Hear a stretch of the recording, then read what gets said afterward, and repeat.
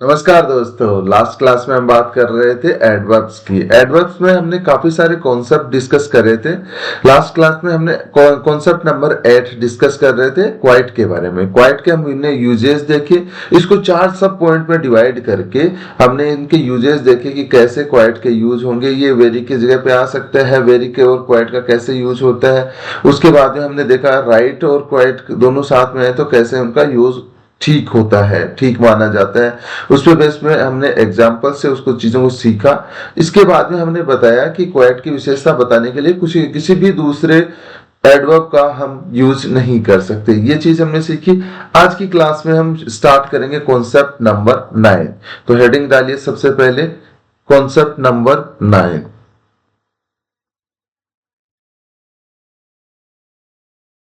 Concept number 9 और इसमें हम क्या सीखने वाले हैं देखिए।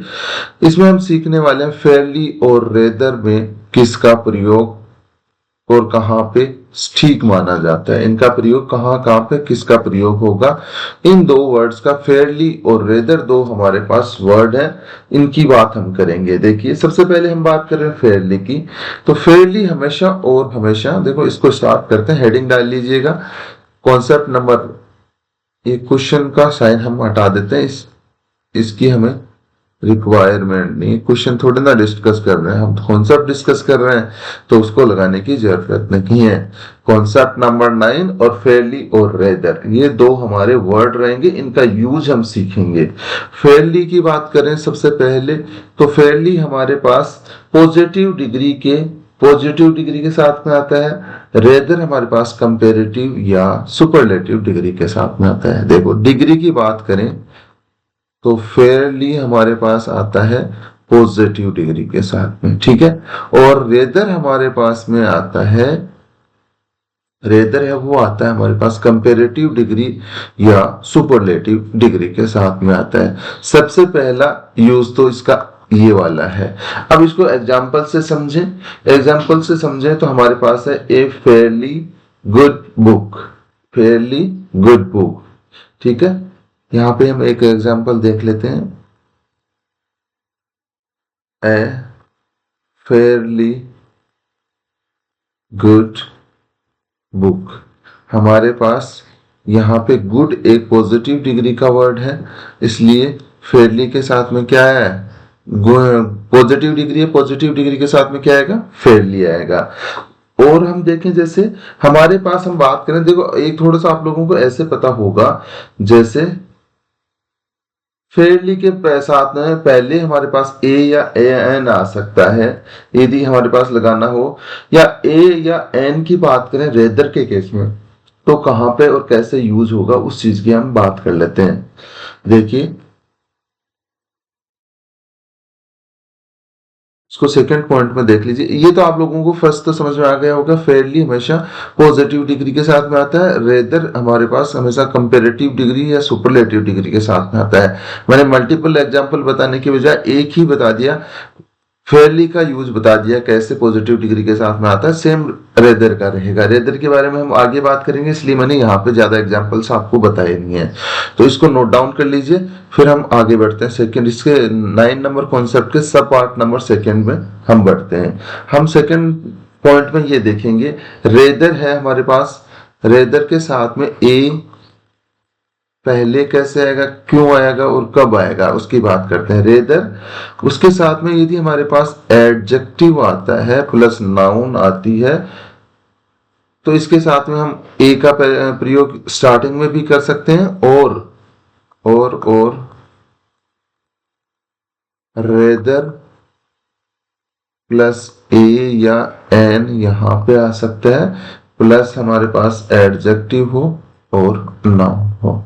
दोनों कंडीशन में ए एन का प्रयोग, ए का प्रयोग रेदर से पहले हो सकता है और उसके बाद में भी हो सकता है। एग्जाम्पल से इसको समझें, ये बड़ा कंफ्यूजन रहता है। लोग जब ए का प्रयोग पहले देख लेते हैं, फिर यदि रेदर के बाद में ए या एन देख के कोई सेंटेंस आता है तो हमें लगता है इसमें गलती है। जैसे दो सेंटेंस हम देखते हैं, ए रेदर डिफिकल्ट डिफिकल्ट प्रॉब्लम, ये अब यहाँ पे हमारे पास रेदर से पहले ए आया है। दूसरा सेंटेंस एक और देखते हैं, रेदर ए डिफिकल्ट प्रॉब्लम। अब ये दोनों सेंटेंस में जो ए या एन का जो ए का प्रयोग हुआ है रेदर से पहले, हमारे पास यहाँ पे आप देखिए रेदर से पहले हमारे पास यहाँ पे ए का प्रयोग हुआ है, ये भी ठीक है। रेदर के बाद में हमारे पास ए का प्रयोग हुआ, ये भी ठीक है। दोनों ठीक माने जाते हैं, ठीक है। इन सेंटेंस में कोई गलती नहीं है, ठीक है ये। चलिए आगे हम देखते हैं। ये था हमने रेदर और फेयरली के बारे में पढ़ा। फेयरली और रेदर के बारे में हमने अभी तक क्या पढ़ा कि फेयरली हमेशा हमारा पॉजिटिव डिग्री के साथ में आता है, रेदर हमारा कंपैरेटिव या सुपरलेटिव डिग्री के साथ में आता है। इसके बाद में हमने देखा रेदर के साथ में यदि ए या आर्टिकल का प्रयोग करें, ए या एन आर्टिकल का यदि हमें यूज करना हो तो रेदर से पहले भी ए आ सकता है, आर्टिकल ए आ सकता है, और रेदर के बाद में भी ए या एन आर्टिकल का प्रयोग करा जा सकता है। ये चीज हमने देखी। अब हम बात करेंगे फेयरली के साथ में टू लग सकता है या रेदर के साथ में टू लग सकता है। उसका एक थोड़ा सा एडवांस हम और अच्छा जिसमें क्वेश्चन बन सकते हैं वो पॉइंट हम डिस्कस कर लेते हैं। 9 नंबर कॉन्सेप्ट का सब पार्ट नंबर 3 हम डिस्कस कर लेते हैं। सब पार्ट 3 में हमारे पास क्या है, फेयरली के साथ में क्या टू का यूज ठीक होता है या नहीं होता, एंड रेदर के साथ में टू का प्रयोग ठीक माना जाता है या नहीं, ये हमें जानना है। देखिए फेयरली वर्ड की हम बात करें तो फेयरली हमारे लिए एक प्लीजेंट वर्ड होता है, प्लीजेंट वर्ड होता है, ठीक है। प्लीजेंट वर्ड एडजेक्टिव होता है। तो प्लीजेंट यदि मतलब एक जो पॉजिटिव एनर्जी देता है, पॉजिटिव बात बताने की कोशिश करता है, पॉजिटिव मैसेज देने की कोशिश करता है, उसके साथ में टू का प्रयोग नहीं करते हैं। ये चीज मैंने पहले बताई थी आप लोगों को। तो फेयरली एक पॉजिटिव वर्ड है तो इसके साथ में टू का प्रयोग ठीक नहीं माना जाता। प्लीजेंट एडजेक्टिव है तो इसके साथ में टू का प्रयोग ठीक नहीं होता। आगे हम बात करें रेदर की, तो रेदर हमारे पास अनप्लीजेंट एडजेक्टिव है। क्या है, अनप्लेजेंट एडजेक्टिव है, तो इसके साथ में टू का प्रयोग ठीक माना जाता है, इसके साथ में टू का प्रयोग करा जा सकता है। जैसे हम बात करें एग्जाम्पल से, हमारे पास ऐसे कह सकते हैं फेयरली वाइज या ब्यूटीफुल हो सकता है। क्या, फेयरली के साथ में वाइज या ब्यूटीफुल होगा, फेयरली वाइज या ब्यूटीफुल हो सकता है, ये ठीक हो गया। अब यदि मैं कह दूं फेयरली टू वाइज या टू ब्यूटीफुल, तो उसका मतलब हो जाता है, फेयरली टू वाइज कहूं तो इसका मतलब ये हो जाता है कि वो ना इतनी वाइज है ही नहीं जितनी वो दिखती है, या मतलब नेगेटिव सेंस में अपन कमेंट पास करना चाह रहे हो तब हम फेयरली के साथ में टू का प्रयोग करते हैं, वो भी गलत माना जाता है। हम जो मीनिंग देना चाह रहे हैं वो नहीं कन्वे होता है। आगे बात करें, जैसे रेदर की बात करें तो रेदर के साथ में हम टू का प्रयोग कर सकते हैं। जैसे एक एग्जांपल से समझते हैं इसको, रेदर टू बैड। हमारे पास बैड एक नेगेटिव एनर्जी देने वाला वर्ड है या नेगेटिव सेंस देने वाला वर्ड है, तो इसके साथ में टू का प्रयोग ठीक माना जाएगा, ठीक है। एक एग्जांपल से और समझते हैं फेयरली को, फेयरली टू गुड।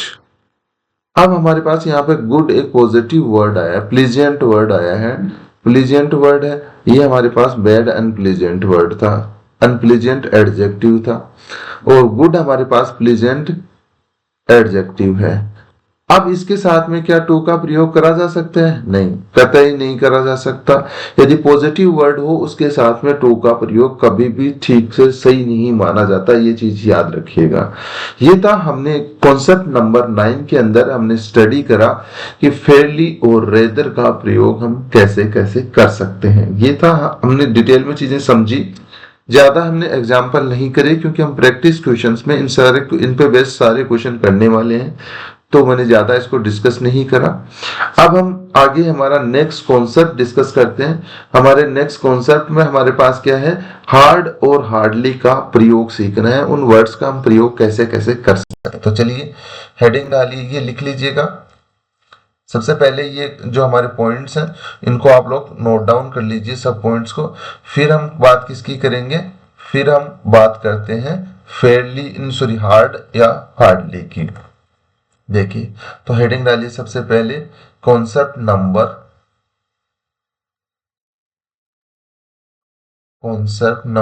9 हम पढ़ चुके थे, अब हमारा 10 नंबर कॉन्सेप्ट है, कॉन्सेप्ट नंबर 10। और 10 के अंदर हम क्या पढ़ेंगे, हम पढ़ेंगे हार्ड या हार्डली, दो वर्ड हैं, इनका प्रयोग कैसे कैसे होगा ये हमें सीखना है। ठीक है, तो चलो अब मैं सबसे पहले इनका मीनिंग बताता हूं, इनको अलग अलग करके। हाँ, सबसे पहले हम बात करें हार्ड की। हार्ड का मीनिंग होता है कठोर, या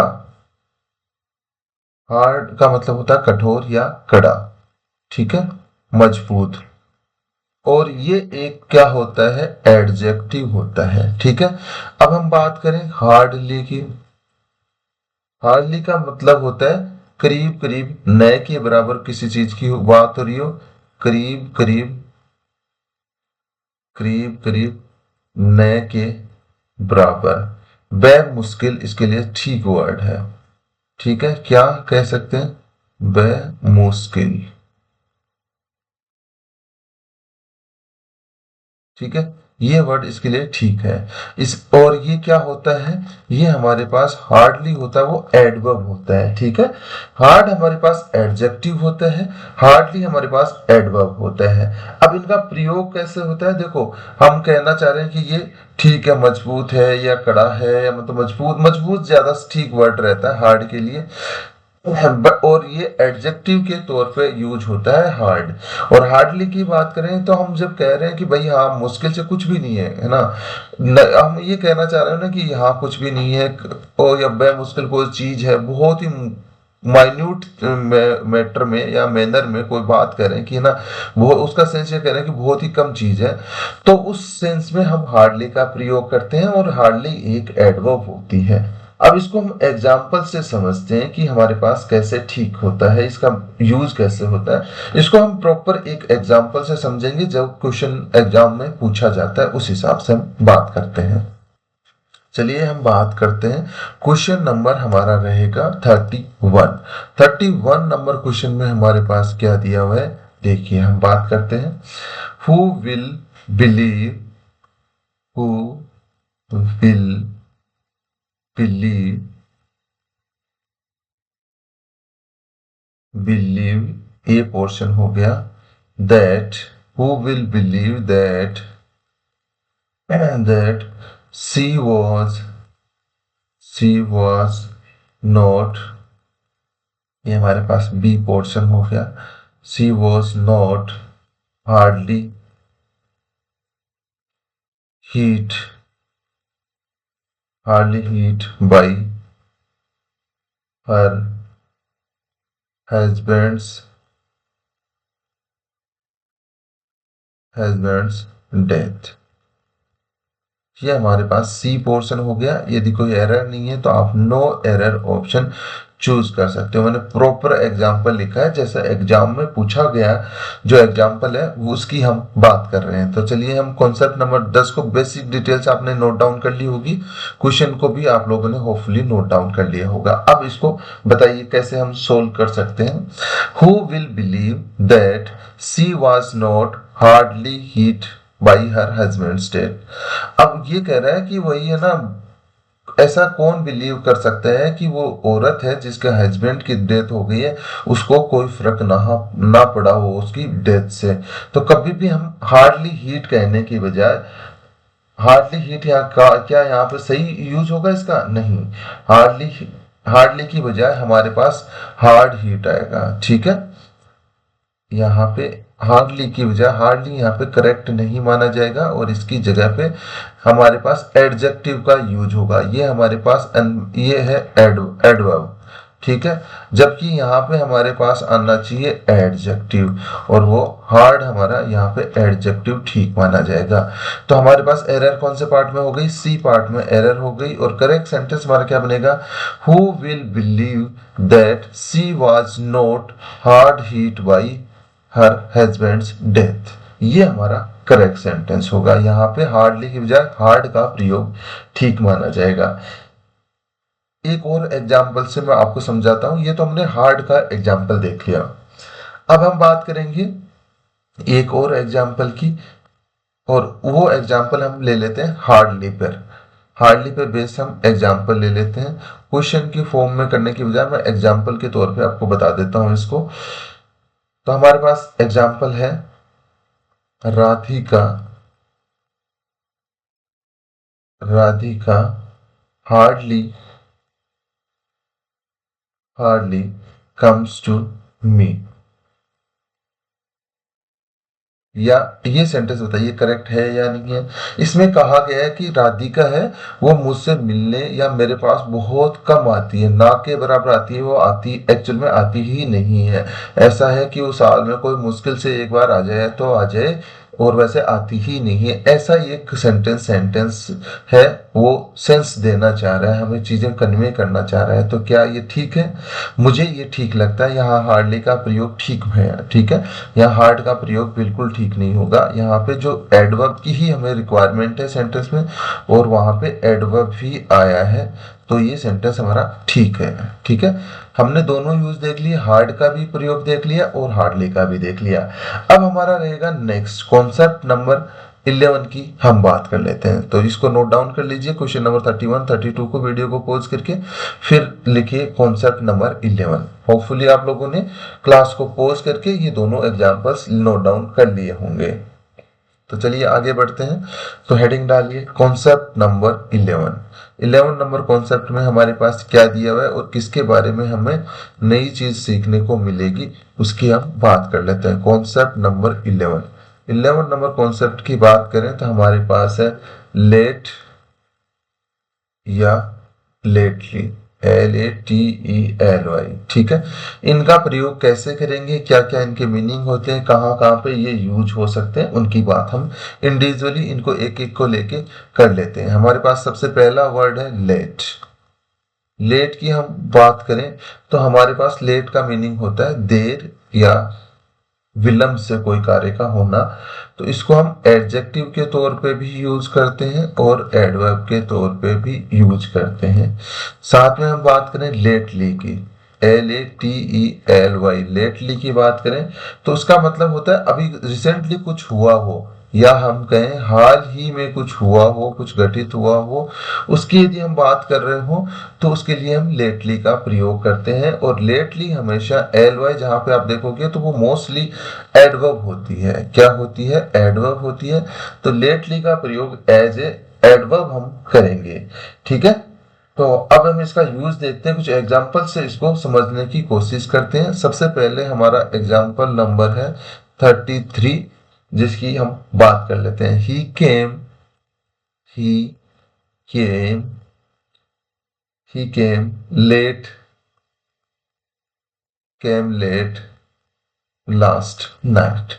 तो क्या ये सेंटेंस हमारा ठीक है या नहीं है, एक बार आप पढ़ते रहिए।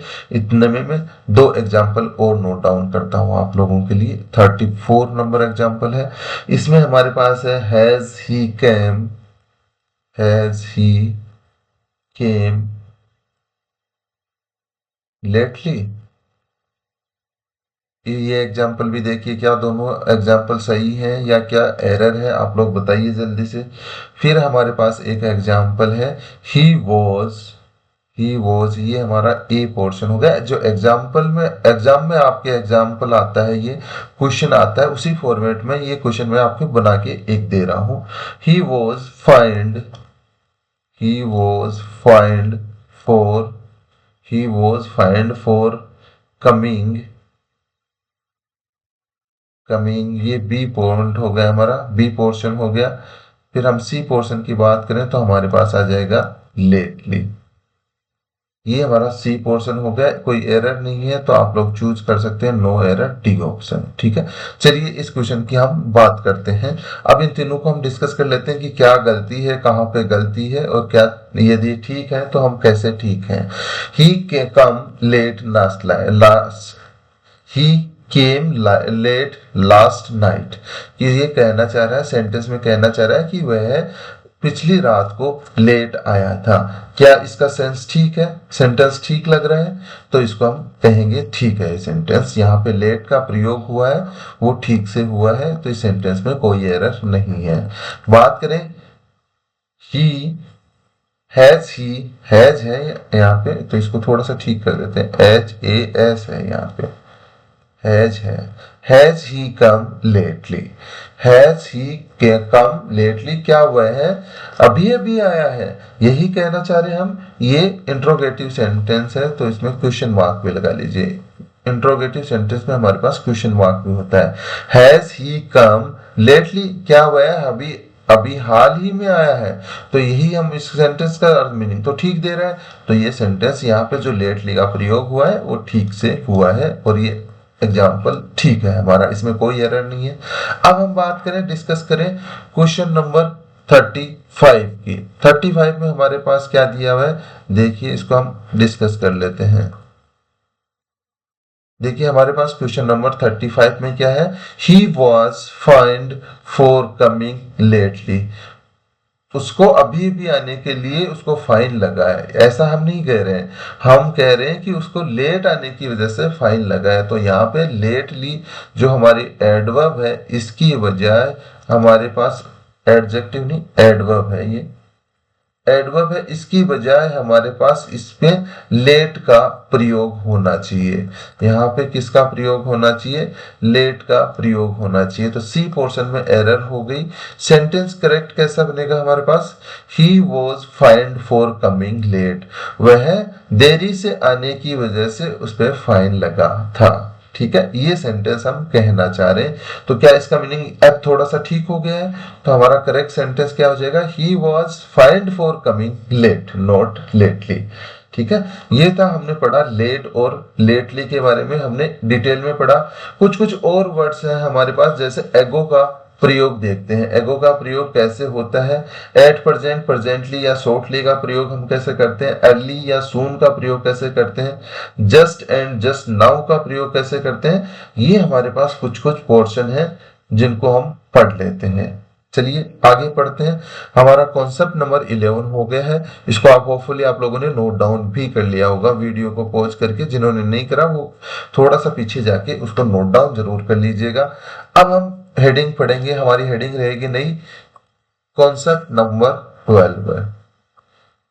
कॉन्सेप्ट नंबर, थोड़ा सा दूर दूर लिख लेते हैं कॉन्सेप्ट और नंबर को, हमारा 12 रहेगा।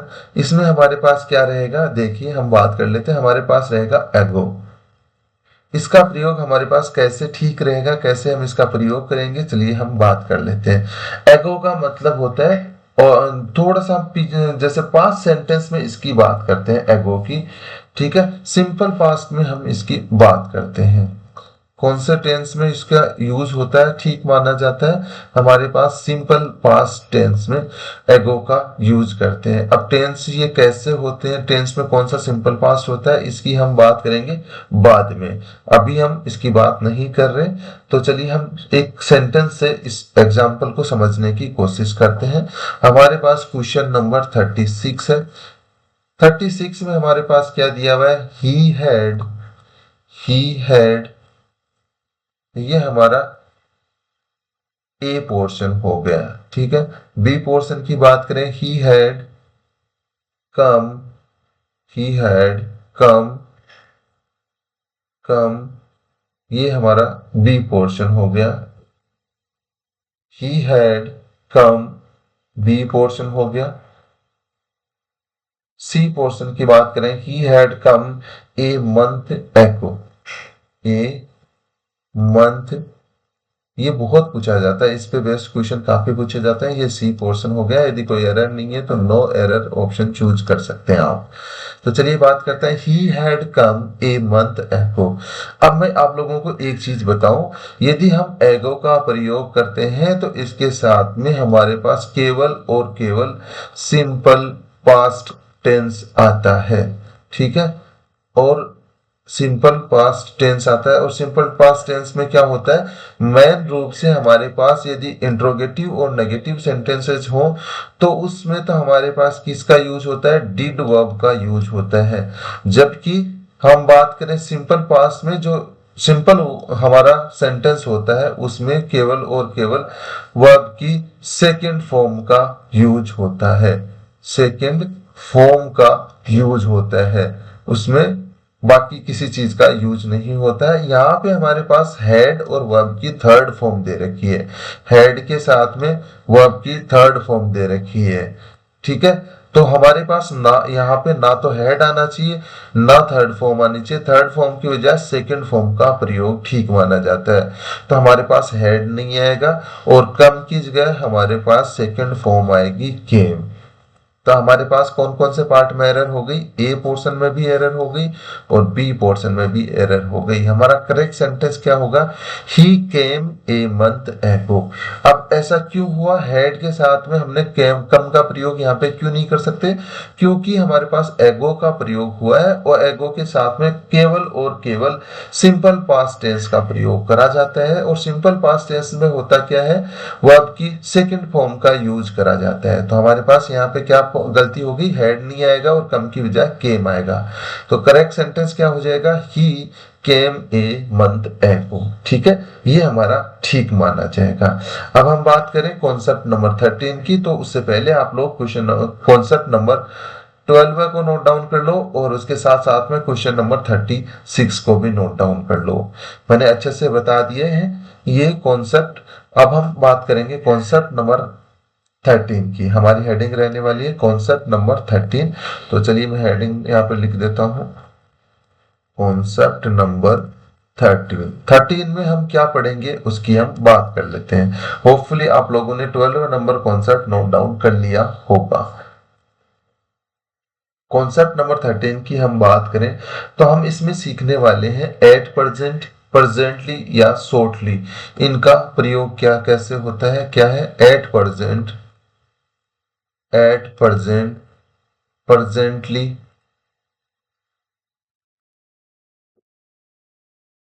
प्रेजेंटली या शॉर्टली। ये हमारे पास कुछ कुछ वर्ड है, इनका यूज हम कैसे करेंगे ये चीज हम सीखेंगे। देखो हमारे पास एट प्रेजेंट का हम प्रयोग करते हैं तो इसमें तो हमारे पास सिंपल प्रेजेंट टेंस का प्रयोग होता है, जबकि हमारे पास प्रेजेंटली या शॉर्टली का हम यूज करें तो ये फ्यूचर इंडेफिनेट वर्ड्स होते हैं। क्या होते हैं,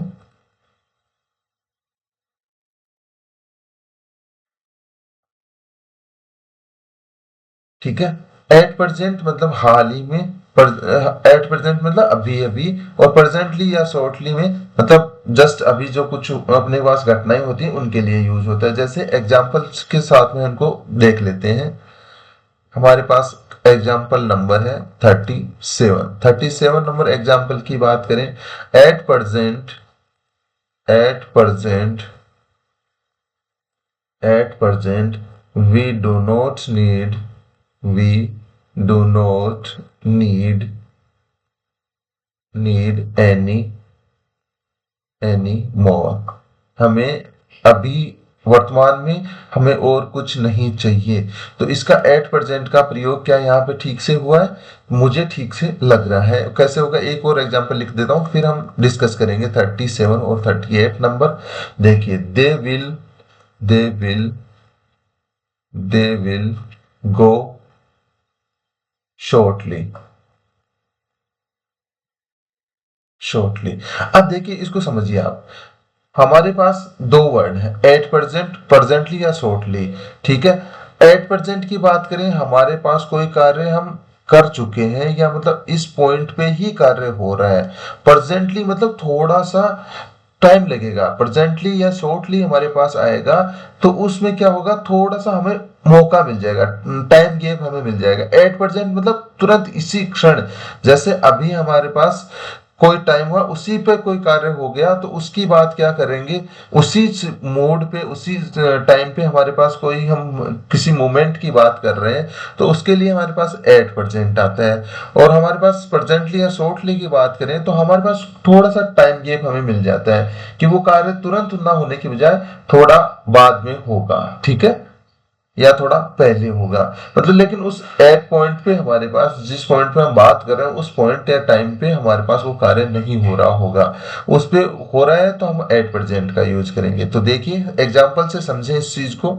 तो देखिए हमारे पास एग्जाम्पल नंबर कौन सा है, 37 है। 8% we do not need any more. भाई इस टाइम पीरियड पे हमें कुछ भी और नहीं चाहिए।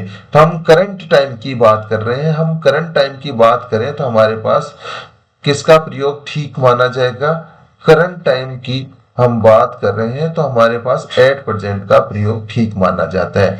8% we do not need any more, हमें इस टाइम पे अभी कुछ नहीं चाहिए, ठीक है, इसका ये कहने का मतलब है। और हम बात करें 38 की तो दे विल गो शॉर्टली, वो थोड़े टाइम में जाएंगे। यदि कुछ हमें गैप मिल गया है तो वहां पे 8% का प्रयोग नहीं होगा, शॉर्टली या प्रेजेंट शॉर्टली का प्रयोग ठीक माना जाएगा, ठीक है। होपफुली चीजें आप समझ गए होंगे। एकदम जस्ट हमें जिस मोमेंट पे खड़े होते हैं, जिस मोमेंट पे हम होते हैं, जिस टाइम पे हम होते हैं, उसी टाइम की यदि हम बात करें एट प्रेजेंट का प्रयोग होगा, या थोड़ा आगे या पीछे के टाइम की हम बात करें तो उसमें प्रेजेंटली या शॉर्टली का प्रयोग होता है।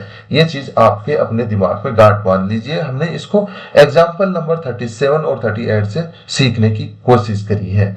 अब हम और देखते हैं, हमारे पास नेक्स्ट कॉन्सेप्ट हम डिस्कस करते हैं। उससे पहले आप लोग कॉन्सेप्ट नंबर 13 को नोट डाउन कर लीजिए। हमारी नई हेडिंग रहने वाली है कॉन्सेप्ट नंबर 14।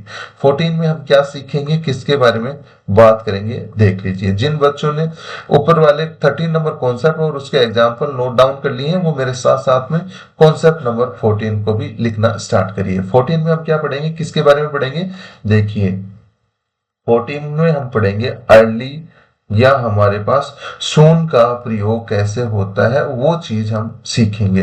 ये देखो पर्टिकुलर वर्ड्स हैं, इनका इन पे बेस्ड क्वेश्चन हमसे एग्जाम में पूछे जाते हैं, तो मैं one by one in words को बता रहा हूं, ठीक है। तो चलिए हम सीखते हैं अर्ली का प्रयोग कैसे होता है और सून का प्रयोग कैसे होता है। ये बस टाइम से रिलेटेड है, आपको टाइम का मीनिंग समझना पड़ेगा। अर्ली की यहाँ पे हम बात करें, सबसे पहले हम बात करें अर्ली की। अर्ली की बात करें तो हमारे पास अर्ली होता है वो एडजेक्टिव और एडवर्ब दोनों के तौर पे कार्य करता है, ठीक है, दोनों के तौर पे इसका यूज करा जा सकता है। और उसका मीनिंग क्या होता है, जो सेंटेंस में ऐसा सब मीनिंग दे रखा हो, किसी चीज की शुरुआत के तुरंत बाद में कोई काम हो, किसी अर्ली की बात कर रहे हैं हम, किसी, मैं यहाँ पे लिख देता हूं आप लोगों के लिए, किसी चीज के, किसी चीज की शुरुआत के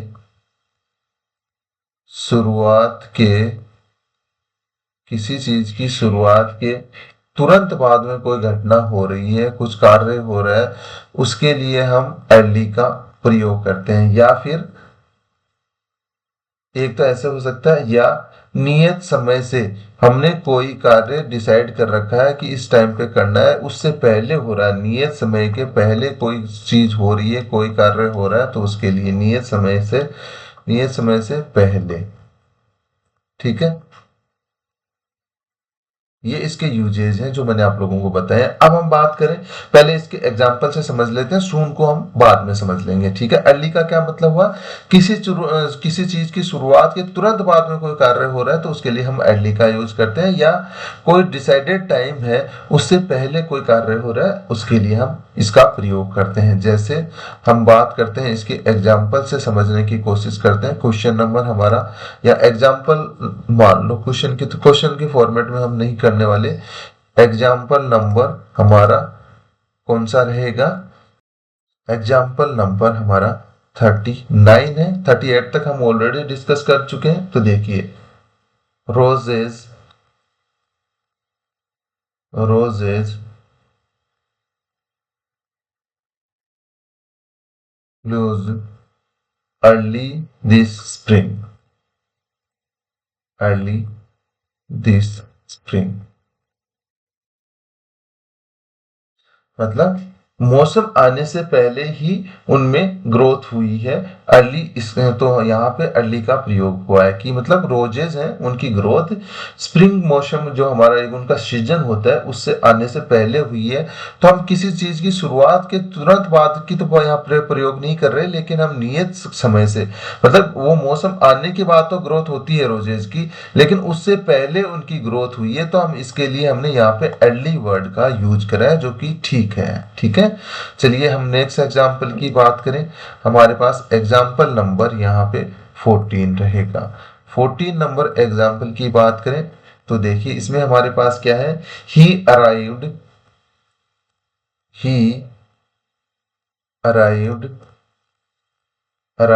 अर्ली इन दी मीटिंग, वो मीटिंग में जल्दी पहुंच गया। तो यहाँ पे हमने अर्ली का प्रयोग यदि नियत समय से पहले हम पहुंच रहे हैं, कोई कार्य कर रहे हैं, तो उसके लिए अर्ली का प्रयोग ठीक माना जाता है। यही हमने इन दो सेंटेंस से समझने की कोशिश करी है। Roses blues early in this spring, ठीक है। दूसरे में हमने देखा ही arrived early in the meeting, meeting की शुरुआत होनी थी किसी टाइम पे लेकिन उसके पहले ही वो पहुंच गया, तो अर्ली का प्रयोग इसमें ठीक माना जाएगा। अब हम बात करें सून की, इसको नोट डाउन कर लीजिए साथ के साथ ही आप लोग वीडियो को पॉज करके। अब हम डिस्कस करते हैं सून के बारे में। सून के बारे में हम डिस्कस करें तो यहाँ हमारे पास हमने अर्ली के बारे में यहाँ पे डिस्कस कर लिया था। अब हम बात करें सून के बारे में। सून की बात करें तो हमारे पास क्या होगा, इसका सून की बात करें तो सून का मीनिंग होता है एक खास समय बिंदु के तुरंत बाद में कोई चीज हो रही है, उसके सेंस में हम सून का यूज करते हैं। मैं यहाँ पे लिख देता हूं, एक पर्टिकुलर टाइम या एक खास समय बिंदु के तुरंत बाद में कुछ हो रहा हो, एक खास समय बिंदु के तुरंत बाद में कोई कार्य हो रहा हो, कोई एक्टिविटी हो रही हो, तो उसके सेंस में हम सून का प्रयोग करते हैं। मैं इंग्लिश में बात करूं तो एक पर्टिकुलर पॉइंट ऑफ टाइम के बाद में कोई घटना हो रही है, कोई हमारी सिचुएशन बन रही है, उसकी यदि हम बात करें तो हम सून का प्रयोग करते हैं। तो चलिए हम सून का प्रयोग सीखते हैं एग्जाम्पल से। हमने डिस्कस कर लिए हैं एग्जाम्पल नंबर 39 और 40 जो कि हमारे पास किस पे बेस्ड थे, हमारे अर्ली पे बेस्ड हमारे पे एग्जाम्पल थे। होपफुली आप लोगों ने नोट डाउन भी कर लिए होंगे। तो अब हम बात करते हैं सून की। तो लिखिए इसमें हम एग्जाम्पल देखते हैं। एग्जाम्पल नंबर 41 की बात करें, 41 की बात करें तो हमारे पास में क्या दिया हुआ है, हमारे पास में दिया हुआ है द जज press the bell and the peon. देखो हम इसको मैं क्वेश्चन की फॉर्मेट में लिख देता हूं आप लोगों के लिए, तो थोड़ा सा ज्यादा ठीक हो जाएगा ये। द जज द जज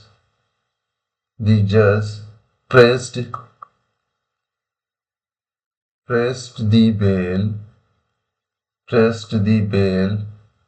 and pressed the bell and the peon soon appeared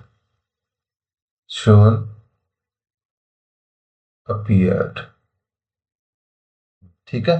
अब हम यहां से देखें तो देखिए इसमें हमारे पास क्या हुआ कि जैसे ही जज ने बेल बजाई तो कौन आ गया, पियोन जल्दी से आ गया।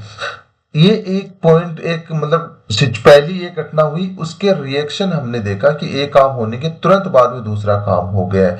जैसे ही जज ने बेल बजाई और पियोन को सुनाई दी तो वो आ गया। तो इसके लिए हम अर्ली का प्रयोग नहीं कर सकते। अर्ली का प्रयोग तब कर सकते थे कि जज के बेल बजाने से पहले ही पियोन आ जाता तो हम अर्ली का प्रयोग कर लेते, लेकिन वो बेल बजी है, उसने जज ने बजाई है और उसके बाद में बजाने के बाद में जब पियोन आया है तो उसके लिए हम सून का प्रयोग ठीक मानेंगे।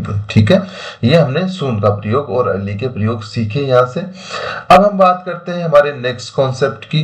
कॉन्सेप्ट नंबर हमारा कौन सा रहने वाला है, 14 14 नंबर कॉन्सेप्ट की हम बात कर लेते हैं। आप लोग एग्जाम्पल नंबर 41 को नोट डाउन कर लीजिए, फिर हम बात करते हैं हमारे कॉन्सेप्ट नंबर 15 की। कॉन्सेप्ट नंबर 15, इसमें हम क्या पढ़ने वाले हैं, क्या समझने वाले हैं, उसको डिस्कस करते हैं। देखिए, तो हेडिंग डाल लीजिए कॉन्सेप्ट नंबर 15। इसमें हमारे पास है जस्ट। देखो, ये सिमिलर सिमिलर वर्ड होते हैं। मैं चाहता तो एक जगह पे ही बता देता आप लोगों को, लेकिन इनके एग्जाम्पल से समझाना आप लोगों को जरूरी है। जस्ट और जस्ट नाउ देखो, अब इनको अलग अलग हम समझते हैं, इनके मीनिंग को समझते हैं और उसके बाद में एग्जाम्पल से हम इन दोनों वर्ड्स को समझेंगे। चलिए, सबसे पहले बात करते हैं हम जस्ट के। जस्ट हमारा कब यूज होता है, क्या इसका प्रयोग होता है, उसकी बात करें। यदि हमारे पास एक सेकंड पहले या एक मोमेंट के पहले कोई सिचुएशन हुई है, ए मोमेंट एगो, तब हम यूज करते हैं किसका, जस्ट का प्रयोग हम करते हैं। किसका प्रयोग करते हैं, जस्ट का प्रयोग करते हैं। और ये हमारा प्रेजेंट परफेक्ट टेंस का यूज होता है। प्रेजेंट परफेक्ट वो टेंस होता है जिसमें हम हैज या हैव वर्ब का यूज कर रहे होते हैं, उसको हम प्रेजेंट परफेक्ट टेंस बोलते हैं और परफेक्ट टेंस का प्रयोग होता है। देखिए, जस्ट का मीनिंग क्या होता है। जस्ट का मीनिंग हमारे पास होता है ए मोमेंट एगो। ए मोमेंट एगो इसका मतलब होता है, और इसका प्रयोग इसमें जो सेंटेंस होगा जिसमें हमारे पास जस्ट दिया होगा, उसमें हमारे पास प्रेजेंट परफेक्ट टेंस आता है, यानी कि हैज हैव प्लस वर्ब की थर्ड फॉर्म का प्रयोग होगा। क्या, हैज हैव, हैज या हैव और वर्ब की थर्ड फॉर्म का हमारे पास प्रयोग होगा। ठीक है, वर्ब की थर्ड फॉर्म का हमारे पास में प्रयोग होगा, वर्ब की थर्ड फॉर्म आएगी। ठीक है, ये चीज होपफुली आप लोगों को समझ में आ गई होगी। अब हम बात करें जस्ट नाउ की, फिर हम इसको एग्जांपल इनके एक साथ में देख लेंगे। हम बात करें जस्ट नाउ की।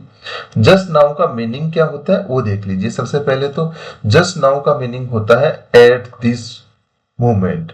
अभी हमारे पास पहले की नहीं, एक मोमेंट पहले या बाद की बात नहीं कर रहे, जस्ट इसी टाइम पे 9 बज के यदि 1 मिनट हुए हैं तो 9 बज के 1 मिनट के ही क्या चल रहा है उसकी बात कर रहे हैं, तो जस्ट नाउ आएगा।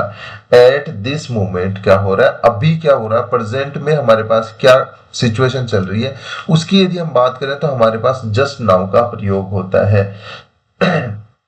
बात करें आगे, एक मैं और चीज बता देता हूं यहाँ पे। ए मोमेंट एगो की बात करें, एक मोमेंट पहले की बात करें, ए मोमेंट एगो इसकी बात करें तो हमारे पास इसका मतलब होता है ए शॉर्ट टाइम एगो, एक कुछ क्षण पहले, ए शॉर्ट टाइम एगो, ये इसका मतलब होता है। और इनके केस में हम सिंपल पास्ट टेंस का यूज करते हैं। सिंपल पास्ट टेंस का यूज का क्या मतलब हुआ, हम केवल और केवल सेकंड फॉर्म का वर्ब की, यहां पे वर्ब है वर्ड नहीं है, वर्ब है। ठीक है, वर्ब की सेकंड फॉर्म का प्रयोग करते हैं, सेकंड फॉर्म का हम प्रयोग करते हैं। अब इनको एग्जाम्पल्स की, तो एग्जाम्पल से हम समझने की कोशिश करेंगे इन सारी चीजों को। हमारे पास एग्जाम्पल नंबर 42 हम डिस्कस कर लेते हैं। 42 नंबर एग्जाम्पल में हमारे पास क्या है, आई have just I have just had I have just had a phone call a phone call from Ritika. I have just a phone call from Ritika. अब हमारे पास जस्ट का यहाँ प्रयोग हुआ है, इसके साथ में हमारे पास हैव और वर्ब की थर्ड फॉर्म का भी प्रयोग हुआ है। तो यहाँ पे हमारे पास करेक्टली यूज हुआ है। जस्ट के साथ में मैंने कहा था प्रेजेंट परफेक्ट टेंस का प्रयोग होता है। एक मोमेंट एगो की बात कर रहे हैं, तो यहाँ हमारे पास I have just had a phone call from Ritika, मुझे थोड़ी देर पहले किसका फोन आया, रितिका का फोन आया। इस सेंस में हम जस्ट का प्रयोग ठीक मानते हैं, हमारे पास हैज या हैव और इसके साथ में वर्ब की थर्ड फॉर्म का प्रयोग हुआ है, तो हमारा सेंटेंस क्या है, करेक्ट सेंटेंस है। अब हम बात करें एक और एग्जाम्पल की, तो देखिए हमारे पास है एग्जाम्पल नंबर 43 नंबर एग्जाम्पल में हमारे पास क्या बताया गया है, देखिए हम उसमें जस्ट नाउ का प्रयोग सीखेंगे। They left home just now, उन्होंने अभी अभी घर छोड़ा है। देखो यहां पे नाउ आएगा, है ना, नाउ। देखिए अब हमने जस्ट के केस में क्या पढ़ा कि हमारे पास थोड़ी देर पहले ही फोन आया, मतलब अभी, मतलब इसी मोमेंट पे ही हमारे पास फोन आया है, जस्ट मैंने रखा ही है फोन। तो उस केस में हमारे पास प्रेजेंट परफेक्ट टेंस का हम प्रयोग कर रहे हैं, ठीक है। और हमारे पास जब जस्ट नाउ आए तो उसका मतलब ये काम हो चुका है, कंप्लीट हो चुका है, और हम बात कर रहे होते हैं जस्ट की। तो जस्ट मतलब इनके बाद इनके बीच में बहुत ही माइन्यूट गैप होता है। जब हम जस्ट नाउ की बात कर रहे होते हैं तो वो कार्य हो चुका है, उसके बाद में हम उसका वर्णन कर रहे हैं, और जस्ट के केस में उसका प्रभाव अभी भी चल रहा है, या तो हम बात कर रहे हैं या कुछ ऐसा हो रहा है जो मतलब इन फ्लो वो चीज चल रही है, तब हम जस्ट का प्रयोग करते हैं। जैसे हम इसको समझें 43 को, तो हमारे पास है they left home just now, वो अभी अभी घर से निकले हैं। जैसे हम नहीं कहते कोई हमारे पास कुरियर वाला आया, वो कहता है मुझे एक्स पर्सन को ये सामान देना था, तो हम क्या कहेंगे, भाई वो यदि वो बंदा जा चुका है वहां से, तो हम तो ये कहेंगे ना वो बंदा तो भाई जा चुका है, अभी भी निकला है, जा चुका है गाड़ी लेके, अभी भी निकला था, ठीक है। तो ये है यहाँ पे हमारे पास जस्ट नाउ के साथ में से वर्ब की सेकेंड फॉर्म का प्रयोग हुआ है, जो कि ठीक है। जस्ट नाउ के साथ में ये याद रखिएगा, सिंपल पास्ट का प्रयोग होता है और वर्ब की सेकेंड फॉर्म का यूज होता है, तो ये ठीक है। होपफुली यहां तक आप लोगों को चीजें समझ में आ गई होंगी। बाकी की चीजें हम डिस्कस करेंगे नेक्स्ट क्लास में। नेक्स्ट क्लास में हम सीखेंगे कि एडवर्ब आनी कहाँ कहाँ पे चाहिए, उनका यूज है कहाँ कहाँ पे ठीक माना जाता है। यहां तक हमने सीखा कि एडवर्ब्स, ये जो हमने इतने सारे एडवर्ब्स के बारे में हमने बात करा, साथ में एडजेक्टिव को भी कॉम्बिनेशन में हमने यहाँ पे स्टडी करा। अब यहां तक हमने समझा कि इनके कॉन्सेप्ट कैसे होंगे, जस्ट और जस्ट नाउ का प्रयोग कैसे होगा, लेटली का प्रयोग कैसे होगा, इन सब के बारे में हमने पढ़ा। क्वाइट का प्रयोग कैसे होगा, एनअप का प्रयोग कैसे होगा, ये सारी हमने चीजें डिस्कस करी। अब हम कल की क्लास से ये डिस्कस करेंगे कि एडवर्ब सही में कौन से स्थान पे आनी चाहिए, उनका सीक्वेंस कैसा होना चाहिए, वो चीज हम सीखेंगे। उसके बाद में हम इन्वर्जन के बारे में पढ़ना स्टार्ट करेंगे, ठीक है। आज की क्लास में इतना ही, मिलते हैं नेक्स्ट क्लास में। नेक्स्ट क्लास में होपफुली हमारा ये टॉपिक प्रैक्टिकली कंप्लीट हो जाएगा, नहीं सॉरी थ्योरेटिकली कंप्लीट हो जाएगा। प्रैक्टिस क्वेश्चन हम परसों की नेक्स्ट क्लास हम स्टार्ट कर देंगे, और काफी ज्यादा हम क्वेश्चन डिस्कस करने वाले हैं। जितने भी पॉइंट्स हमने कवर करे अभी तक, जितने भी कॉन्सेप्ट कवर करें, उन पे सब पे बेस्ट क्वेश्चन जो जितने बन सकते हैं वो सारे हम डिस्कस करेंगे, ठीक है। आज के लिए इतना ही, मिलते हैं नेक्स्ट क्लास में।